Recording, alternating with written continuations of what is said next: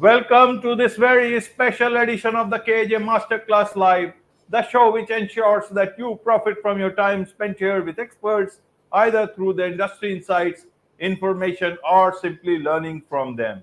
And today we have Danielle Cuomo. She is a founder of Virtual Assist USA, and it's an early disruptor and leading provider of virtual assistant services that help companies on track, focused, and growing. Welcome to the show, Danielle. Thank you very much for having me. You are welcome to the show, Daniel. You are welcome to India in this online form. And I'm sure not just in India, but a lot of people across the globe will benefit from what we are going to talk about. We'll talk about how one can maximize their business growth with the help of virtual assistants. And before I come to your journey, I want to understand, do you get also requests for virtual assistants uh, from India also, or is it only US based?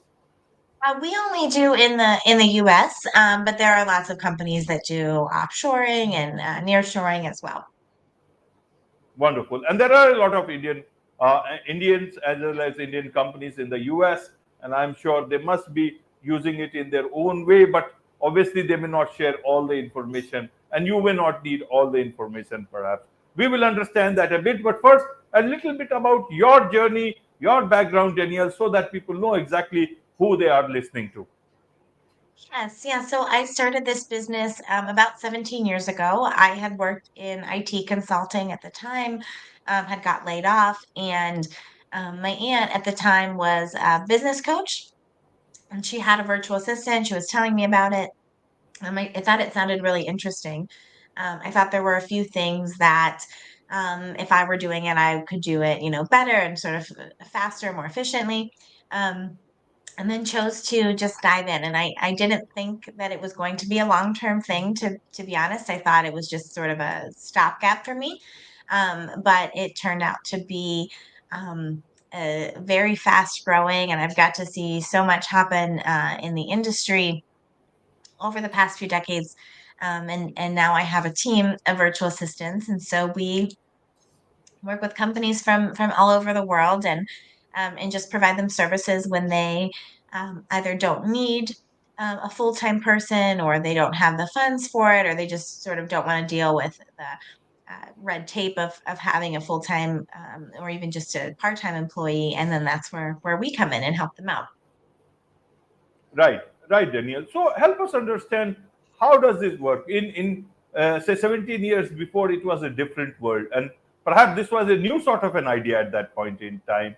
And so, how did you get into this line, which was very new? What were the challenges that you faced? At was it difficult to explain to people, or was it easy? US, obviously, businesses a lot of people understand about things, but I want to hear from you. Yes. Back then, no, it was not easy to explain to folks. So people would be like, a virtual what? That doesn't make any sense. How can you assist someone if you're not in the same office as them? And so really early on, it was a lot of solo entrepreneurs that we were working with. So like thought leaders, speakers, authors, occasionally like an attorney with a solo practice. Now, over the years, it has grown a lot, and especially in a post-pandemic, post-COVID world, there's a lot more talk about remote work and whatnot. So now it is much more commonplace. If you say virtual assistant, someone knows what you're talking about. And now we see, instead of just working with the solo entrepreneurs, we're seeing a lot of like larger companies, and so medium to large size companies utilizing virtual assistants. So whether that's for a department or it's just across the board, a lot of times they're working with virtual assistants, so it's a lot more commonplace now. Right, right, Daniel. Now, how does this system actually work on a ground? A general person will knows about these things, but they do not know actually, how does it work? And perhaps for a lot of people to adopt to this particular sort of a thing, they do not take the trouble of going to the website, or is it that easy to just go onto the website, log in a few details, and you have got a virtual assistant for yourself? How does it work actually on the ground? Is it very easy to onboard, or is it very difficult to do that? So because we've been doing this now for a long time, we've really sort of honed in on the details of it. So it really is as simple as going to a website, filling out a form, plugging in a few details, things like not only the skill set that you need, but it's important to look at other factors as well. So, what time zone do you want your virtual assistant to be in? What sort of working style do you work best with, just personality wise, work behavior wise? Your communication preferences. So, do you like speaking face to face? Do you want to just text your VA or email them? So, inputting that sort of information. There's no right or wrong answer. We just like to know that information so we can match you up properly. And then it's pretty much as simple as that. Occasionally, prospective clients will want to get on the phone and just have a few questions answered. But by and large, people are just signing up pretty quickly over the website. Right, right, Daniel. Now, what is the difference between hiring a remote employee and a remote virtual assistant? It's a virtual assistant. Again, it's a remote thing. So, how does that work?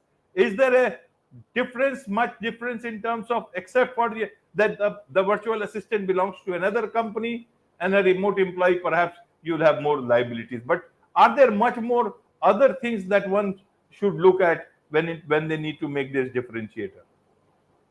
So not really. So it is very similar to having your own employee. The big difference is that we take care of the things like the taxes and compliance and um, benefits, payroll, all of that, and you pay your virtual assistant. You pay our company just like you would pay your accountant or your attorney with an invoice. So that part is different. But otherwise, your virtual assistant, just like a regular employee would be, is an extension of you. They often have a branded email address to your company, an email signature, etc. So they are, an extension of your company, and it doesn't appear to be like a third party. Right, right, Daniel. Now, virtual assistants are very much the norm. A lot of people, and as you said, speakers, authors, and all these people have it. Who are the other people who can utilize it? And is there a segment that should not use virtual assistant, or is it that it can be utilized by everyone? So you would probably think I would say it can be utilized by everyone, but it definitely cannot. I think one of the important distinctions, I think that many people, if not all people, can benefit from having a virtual assistant, saving that time, saving money, etc. But you have to be in the right place to hire a virtual assistant. So not just having the budget for it, but also just being willing to, let go a little bit, be willing to trust that another person, and of course, you have to build that trust, but being willing to trust that another person can take that task and do it maybe, faster, cheaper, better than you can because that's their area of expertise. And you have to be willing to take the time to communicate with your VA and get to know each other.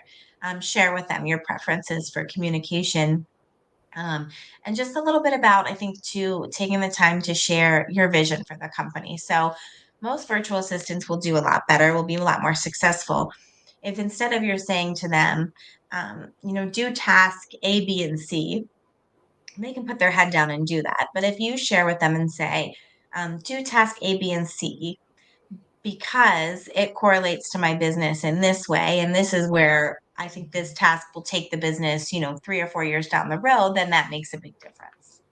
And that's very important, I think. Right, right. Now, one big thing is that you said about the trust issues. You should trust. But then, uh, those virtual assistants are also human beings. And many a times, and they are not bound by you in any manner. They are just another person who have tied up with you or registered on your platform. So you have little control over their actions. And it also depends on the type of uh, relationship that the virtual assistant as well as the person who has hired them has. If you are not good to them, they may not be good to you. So how do you manage this balance? At the end of the day, it is your company. You have liabilities to take care of in terms of their actions. But how do you manage if they are making any mistake or any sort of a thing? which involves client confidentiality. Why I'm asking, in certain cases I have heard about, that a virtual assistant, if you are as a creator, if you give them the work, and they and whatever precautions they may actually, if someone deletes your channel, what will you do about it? So I want to understand, for entrepreneurs the risks are even different and bigger, because they are dealing with confidential information of others. Yeah. So I think the first step to doing that is when you're selecting your virtual assistant or the company that you're working with, making sure that there's confidentiality agreements in place, making sure that they're doing background checks on their virtual assistants, making sure that the virtual assistant is working on the company's equipment, no personal devices, anything like that. And asking the company that you're considering hiring about their confidentiality and security practices, because that's really important. um, we work with some clients that are in like the legal space, the financial space, that have pretty stringent requirements for good reason, because of their, because of confidentiality and security. And so you want to make sure that the virtual assistant company has that to begin with. And then the second thing I would say is also to start off small and build that trust with your virtual assistant. So you can work with a VA and they can say, I've been background checked, I've been doing this for 20 years, I've never had an issue of confidentiality, and you should hire me and work with me. But still, starting small with them and building that trust just between the two of you is really important. So, a couple of tasks, the first week, until you get comfortable and building up with that. I would say most clients come to us and they are usually at their breaking point. They are hiring a virtual assistant now because they're super overwhelmed. And so they might have a list of 20 things that need to get done. And it's really easy to say, I just want to give you all these 20 things and I need to get this off my plate. But that doesn't go a long way for building the trust and the credibility and reliability. So it is important to start small if you can. Right. And you said about trust issues. Now, one thing is, people sometimes, you think that the best way to get their work is to do it themselves. But still, if they hire a virtual assistant, obviously they are ready to go. But how do they ensure that someone who may not be who may be very smart, works hard, but is able to grasp something so quickly, that you have taken so many years to understand, and they are able. So what is it that you should expect from a virtual assistant? Because your expectations could go, a bit more beyond that what is actually available. So how do you match Yes. that expectation with a virtual assistant? Yes. So, first, I think it's important to, expect that your virtual assistant can hit the ground running. So, if, whatever software, whatever platforms that you use in your business, talk to your virtual assistant. Don't assume that they know them. Make sure that they do. So, for example, I know that the platform that we're communicating on right now is StreamYard. So, if you are a podcast host and you use StreamYard, making sure your virtual assistant doesn't just have experience in podcasts, but has experience with StreamYard, for example. But also talking to your virtual assistant about what your expectations are in terms of deadlines and being specific. So you might you might give your virtual assistant a task and think and say to them, you know what, this isn't super high priority. But in your mind, you might think it's not high priority, but I still want it done by the end of the week. But your virtual assistant might hear, oh, this doesn't need done for 2 weeks, because you're saying it's not a high priority. So being very specific with those things, especially in the beginning until you're getting to know each other, is really important. So here's the task. I need it done by Wednesday. I need it done by Friday. And then also being specific about the times that you want to check in with your virtual assistant. So you want your virtual assistant to check in at certain milestones of the project. So if it's a larger project and you assume it's going to take 10 hours, in most cases, you don't want your virtual assistant to just communicate with you at the very end of the project and say, here's the deliverable. And, I would recommend that you're checking in every 2 hours throughout that project, especially in the beginning, at various milestones, to make sure this is on the right track. This is what we're talking about. We're on the same page. As you work with someone for a long time, you don't need to do that anymore, but it's definitely important in the beginning. Right, right, Daniel. Now, a lot of people might think, that as a virtual assistant, you may think use of artificial intelligence is okay. But AI tools themselves are saying, do not share too much of information, personal information. And you may also tell the AI to your virtual assistant that listen, do not share too much of information on AI. But to speed up the work, or they are under pressure, they may use artificial intelligence for the things there, and your thing is not very clear. How do you ensure that your client confidentiality is maintained, that they are only using AI only for specific purposes and not beyond that? That's a gray area. How do you push that idea or push that thought into the minds of a virtual assistant? At the end of the day, they also know that we are only working for few hours, or for some weeks, or maybe longer, but we are not an Yeah. employee in that sense. Yeah, so that is new for us. And what we found is that clients will ask, can you use AI for this particular task? We found that generally speaking, if clients will say something like use AI to write this blog post, generally we have to rewrite it anyway. We're finding that a lot of the content is very similar. The language is kind of you can kind of tell it's AI. So we're seeing clients earlier in the year, there was a lot of clients saying to us, like, use AI for this, use AI for that. And now we're not seeing that as much. I think that as AI gets better, we will see that. But I think it's also important, communicate to your virtual assistant. Like for me, and the way that I work with my assistant is if I'm asking them to develop any type of content for me, I'm specific that I don't want it to be AI generated. That's just me and my preferences for the way that I write, but I'm specific about that with my virtual assistant. So it's just important to share that with the VA so that they know. Right, right. Now, in terms of, liabilities that I talked about, as a company, you are handling the virtual assistants also, and on the other hand, you have your clients who are using their services. And at any point in time, anything difficult can happen during that. The clients may accuse of something, and the virtual assistants may accuse the client of something, and you are the ones as a platform. As a platform, how do you manage any liability claims or any lawsuits that they may come around in this sort of, in these dynamic environments, and which is full of gray areas? How does that work for you? Is it very stressful to manage a company like this, or is it a easy one? Well, it's definitely not easy, but I would say it is rewarding.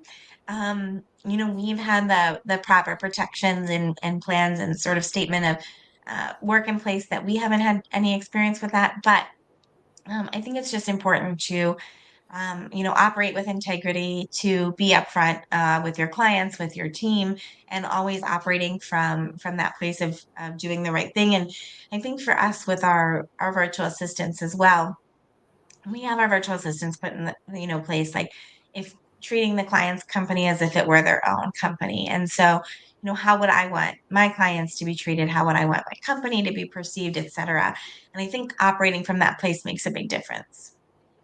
Right, right, Daniel. And so, my last question is: do you, as a company, also use virtual assistant, your own virtual assistants in some way, or do you go for hiring your own employees? Yeah, so I use my own virtual assistants from my team for many, many things. So to help me with calls, to help me with content development, following up on calls, scheduling, certainly a lot of bookkeeping and tax preparation and all of that sort of administrative work I use my virtual assistants for. So that's been great for me to use it in practice as well. Wonderful. There is so much to understand from you about all these things, and I'm sure a lot of people would want to know about things, how it works, and maybe try your services. So what is the best way for them to connect with you? They can connect with me right through the website. I answer all of those inquiries personally. So it's virtualassistusa.com. And they can reach me right there, and I'd be happy to answer any questions or talk further. Anyone that has curiosities about the industry. Wonderful. With this, it's a wrap on this very special edition of the KJ Masterclass Live. Thank you so much indeed. for joining us. Thank you.